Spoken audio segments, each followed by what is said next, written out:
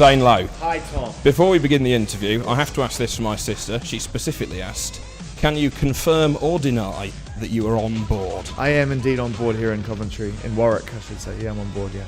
Brilliant. So we are halfway through Freshers Week. I guess this must be a pretty busy time of the year for you. Yeah, I mean, you know, traditionally we head out on this tour. It takes, you know, in 15 to 20 shows on a yearly basis, and, you know, this has easily been the best one. I mean, easily.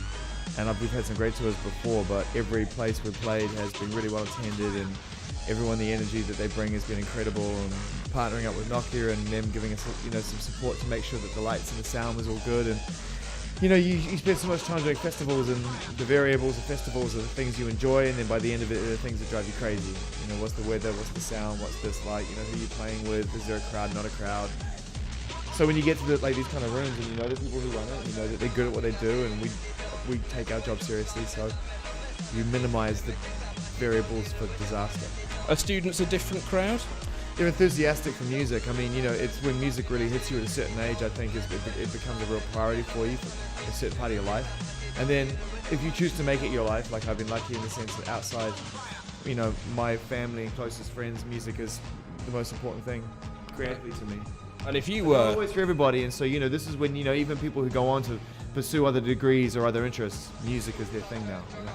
Cool. So if you were a fresh-faced economics student coming to the University of Warwick, who would you want to see headlining your Freshers Week? This year? Yeah. I mean, you know, I'd be happy to see Knife Party, I'd be happy to see, you know, Annie Mac or Mr. Jam, I'd be happy to see, you know, any of the people that are out on the circuit right now are working hard and either making original music or playing great music, you know. I think, you know, what's really cool is that universities and places like the Copper Rooms and other places like the UEA or the Engine Shed, you know, they've moved with the times and they've upgraded their venues. So these are established gig venues now. You don't just see them once a year when you're doing an autumn tour.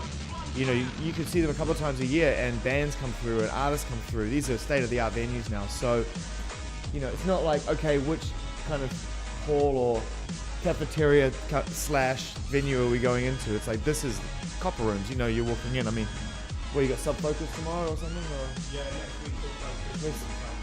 I mean, you know, these are big DJs and big acts, so can't lose. You know? Okay. What normally happens in these Warwick TV interviews is we get someone famous here and we start taking the piss. Go ahead. But we're gonna. I like that vibe. I worked with that. Now, I've got to say this because I've seen you 3 times in a row at Freshers now, and each time you've been unbelievable.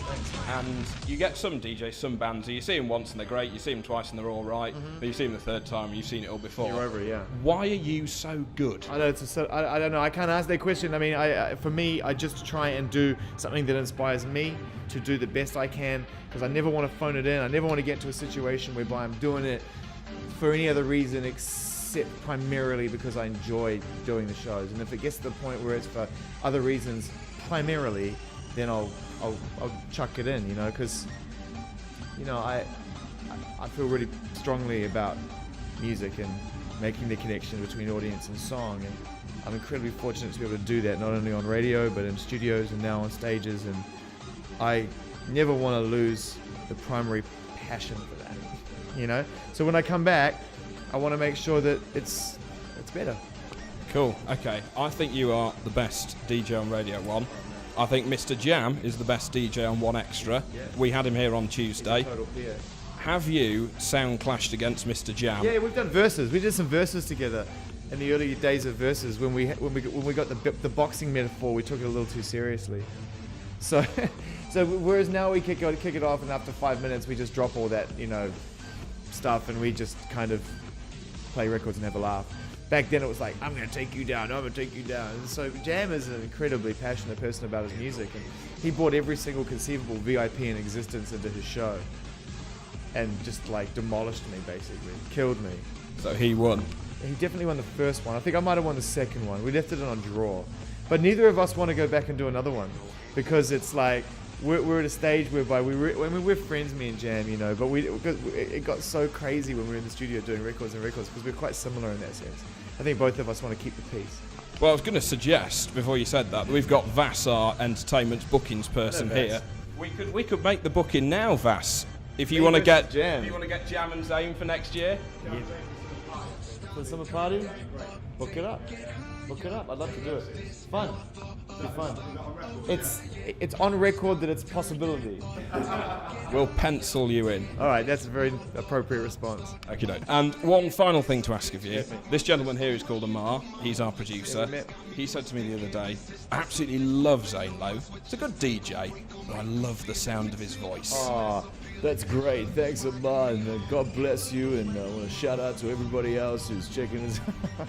So if you could just look to that camera there. We've only got one camera, but it's what they say on television. We've got two.